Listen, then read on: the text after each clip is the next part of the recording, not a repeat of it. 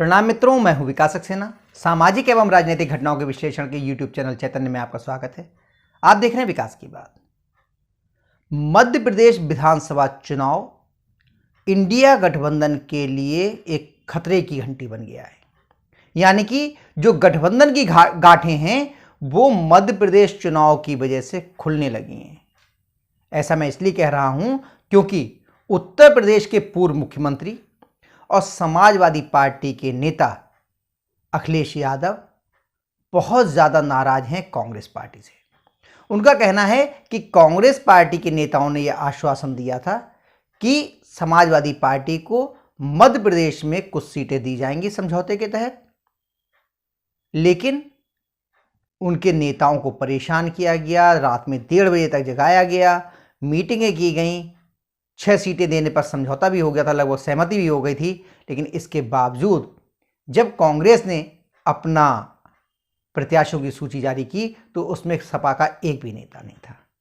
उन्होंने कहा जिस तरह का व्यवहार कांग्रेस ने समाजवादी पार्टी के साथ मध्य प्रदेश में किया है वैसा ही व्यवहार वो दिल्ली में करेंगे। यानी कि दिल्ली का जो चुनाव होगा, यानी कि लोकसभा का जो चुनाव होगा, उसमें वो वैसा ही व्यवहार करेंगे। कहां पर?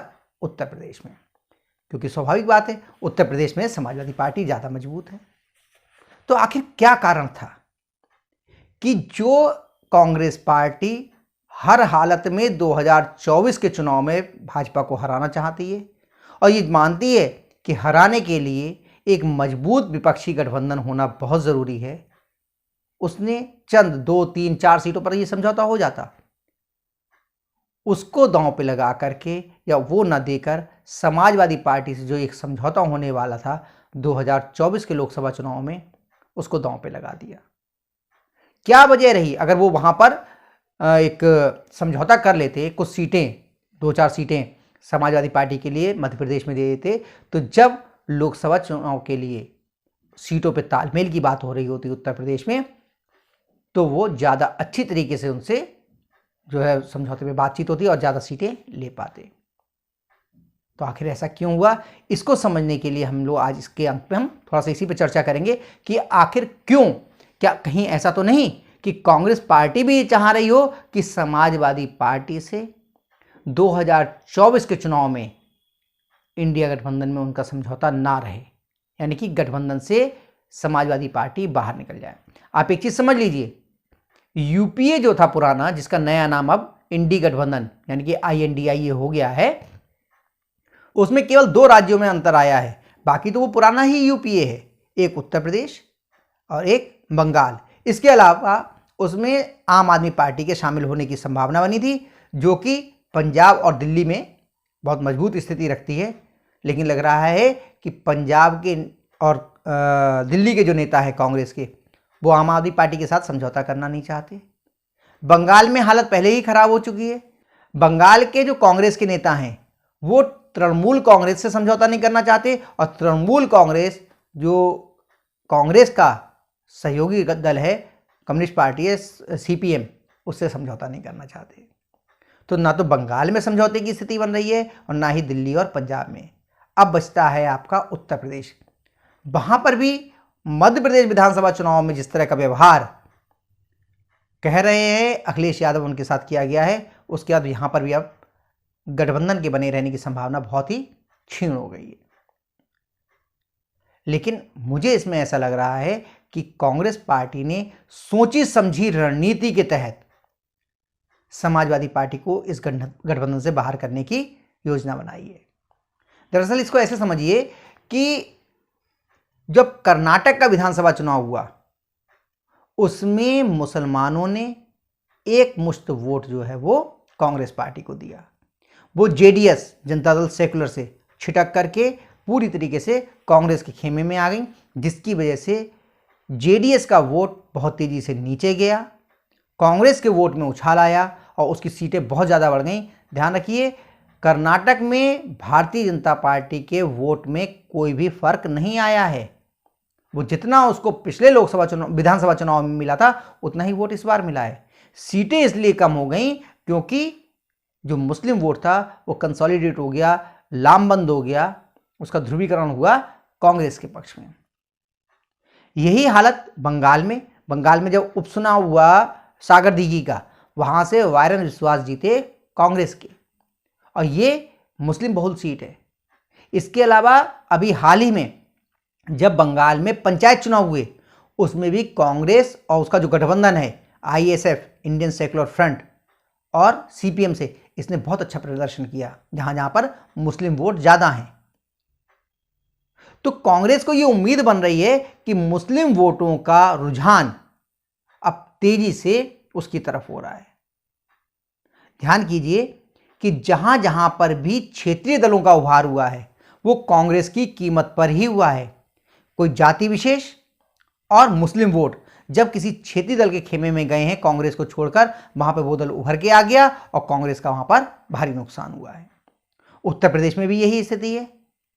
समाजवादी पार्टी की ताकत क्या है, आप ऐसा समझिए। समाजवादी पार्टी में है यादव वोट और मुस्लिम वोट, लेकिन यादवों का भी एक बड़ा हिस्सा, हालांकि बहुतायत में आज भी समाजवादी पार्टी से जुड़े हुए हैं, लेकिन एक बड़ा वर्ग जो है अब भारतीय जनता पार्टी के खेमे में जा चुका है। लेकिन मुसलमान वोट आज भी अधिकांश जो है वो समाजवादी पार्टी से जुड़े हुए हैं। 2022 के चुनाव में 90% से ज्यादा मुसलमानों ने समाजवादी पार्टी को वोट दिया, लेकिन समाजवादी पार्टी को लेकर बहुत ज्यादा उत्साह अब मुसलमानों में नहीं है। उन्हें लग रहा है कि जो सम्मान मुलायम सिंह यादव के समय में समाजवादी पार्टी में मुसलमानों को मिला करता था, अब वो सम्मान उनको नहीं मिल पा रहा है। आप याद कीजिए कि मुलायम सिंह के सामने अगर ऊंची आवाज में किसी की बात करने की हैसियत थी, वो सिर्फ रामपुर के आजम खां थे। लेकिन आजम खां तक की सपोर्ट में, उनकी पैरवी में, उनकी आवाज उठाने के लिए आज समाजवादी पार्टी कहीं सड़कों पे दिखाई नहीं दे रही है। आजम खां पूरे परिवार के साथ जेल चले गए, लेकिन कहीं कोई हलचल नहीं हुई समाजवादी पार्टी में। इससे पहले एक लंबे समय तक वो जेल में रहे, लेकिन सपा के बड़े नेता उनसे मिलने तक नहीं पहुंचे। 2022 का चुनाव को याद कीजिए। चुनावी मंचों पर टोपी वाले और दाढ़ी वाले दिखना मुश्किल हो गए थे समाजवादी पार्टी के। उन्हें द्वितीय और तृतीय पंक्ति में बिठाया जाता था। अखिलेश यादव गदा लेकर, फरसा लेकर परशुराम मंदिर बनाने की बातें कर रहे थे, भगवान श्री कृष्ण का भव्य मंदिर बनाने की बात कर रहे थे, लेकिन मुसलमानों को, जो टोपी और दाढ़ी वाले मुसलमान थे, उन्हें मंच पर भी पर्याप्त जगह नहीं दी जा रही थी। यहां पे आपको एक बात और समझनी होगी कि मुस्लिम वोटों को रिझाने के लिए कांग्रेस के नेता लगातार प्रयास कर रहे हैं, जबकि समाजवादी पार्टी इस मामले में पीछे हो रही है। उन्होंने आजम खां के मामले में तो बहुत ज़्यादा मुखरता नहीं दिखाई है। इसके अलावा जो वर्तमान में इजराइल और हमास का युद्ध चल रहा है, इसमें भी समाजवादी पार्टी के नॉन मुस्लिम नेता, मैं मुस्लिम नेताओं की बात नहीं कर रहा हूं, नॉन मुस्लिम नेता उतना मुखर होकर इजराइल के खिलाफ नहीं बोल रहे हैं और ना ही हमास के पक्ष में बोल रहे हैं। जबकि कांग्रेस ने युद्ध शुरू होते ही CWC, कांग्रेस वर्किंग कमेटी की बैठक में फिलिस्तीन के पक्ष में प्रस्ताव पास किया, और अभी जब गाजा में मिसाइल फटी है अस्पताल के पार्किंग में, समझ लीजिए पार्किंग में फटी वो मिसाइल, सब खबरें आने लगी थी, इसके बावजूद सारे कांग्रेस के नेता इसके लिए जमकर इजराइल की भर्त्सना कर रहे हैं, उसकी निंदा कर रहे हैं। बहुत सारी मीडिया रिपोर्ट्स तो ये भी आ रही हैं कि ये जो मिसफायर हुआ है ये इस्लामिक जिहाद नामक संगठन के द्वारा किया गया था, उसी का मिसफायर है। ये मिसाइल इजराइल द्वारा छोड़ी ही नहीं गई। इसके बावजूद लगातार कांग्रेस के नेता इजराइल पर हमलावर हैं, उसके खिलाफ बयानबाजी कर रहे हैं, क्योंकि उन्हें मालूम है कि वो जितनी जोर से इजराइल के खिलाफ बोलेंगे, ये परोक्ष रूप से हमास का समर्थन होगा, इस्लाम का समर्थन होगा, इस्लामिक जिहाद का समर्थन होगा, और इसलिए मुस्लिम वोट उनकी तरफ ज़्यादा जो है ताकत के साथ लामबंद होंगे। तो कांग्रेस लगातार मुस्लिम वोटों को आकर्षित करने की कोशिश कर रही है, जबकि इस प्रयास में अखिलेश यादव लगातार जो है असफल हो रहे हैं।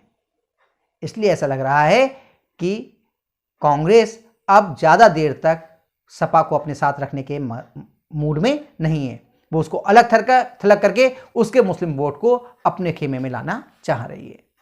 इन सब बातों को लेकर मुसलमानों में कांग्रेस इसको सपा को लेकर उतना उत्साह नहीं है जितना पहले था, और ये बात कांग्रेस के नेता समझ रहे हैं कि इसलिए अगर वो समाजवादी पार्टी से समझौता कर लेते हैं, जो नया गठबंधन बनाया है इंडी गठबंधन, वो समझौते में अगर जाते हैं उत्तर प्रदेश में चुनाव लड़ने, लोकसभा चुनाव में, तो जो मुस्लिम मतदाता समाजवादी पार्टी से छिटकना चाह रहे हैं, उसको वोट नहीं करना चाह रहे हैं, उनके पास कोई दूसरा विकल्प नहीं होगा।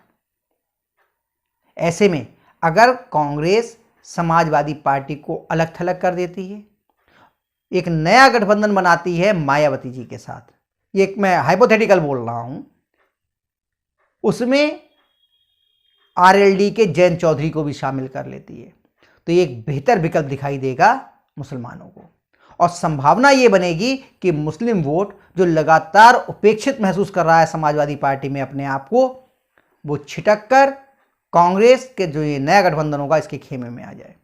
इसमें कुछ हो सकता है क्षेत्रीय दल भी और जो छोटे दल हैं वो शामिल हो जाएं। उसके बाद क्या होगा?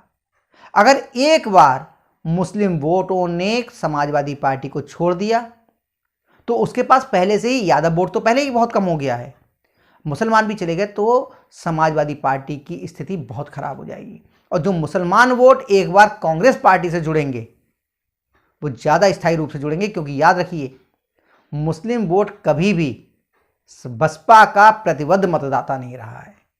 ऐसे में जो लोग भले ही वो सीट शेयरिंग की वजह से बसपा को वोट दे दें, लेकिन कुल मिलाकर के उनकी प्रतिबद्धता कांग्रेस के प्रति ही रहेगी। ऐसे में कांग्रेस के उभार होने का चांसेस उत्तर प्रदेश में बढ़ जाएंगी, उसकी संभावनाएं बढ़ जाएंगी। तो हो सकता है कांग्रेस के रणनीतिकारों ने जानबूझकर इस समय समाजवादी पार्टी को अलग थलग किया हो और उनको इस तरह से उनसे उपेक्षा का व्यवहार किया हो, ताकि वो खुद ही इस गठबंधन से बाहर हो जाएं, और लोकसभा चुनाव में जब एक नया गठबंधन उभर के आए जिसमें समाजवादी पार्टी अलग हो, तो उनको एक नई संभावना बने।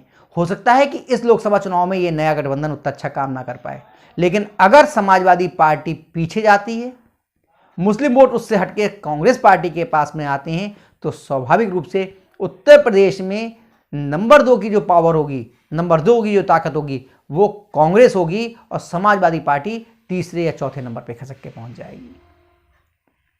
इसलिए मुझे लग रहा है कि 2024 के लोकसभा चुनाव में उत्तर प्रदेश में नया गठबंधन बनने की उम्मीद है, नई संभावनाएं बनने की उम्मीद है, और समाजवादी पार्टी को इसमें बड़ा नुकसान हो सकता है।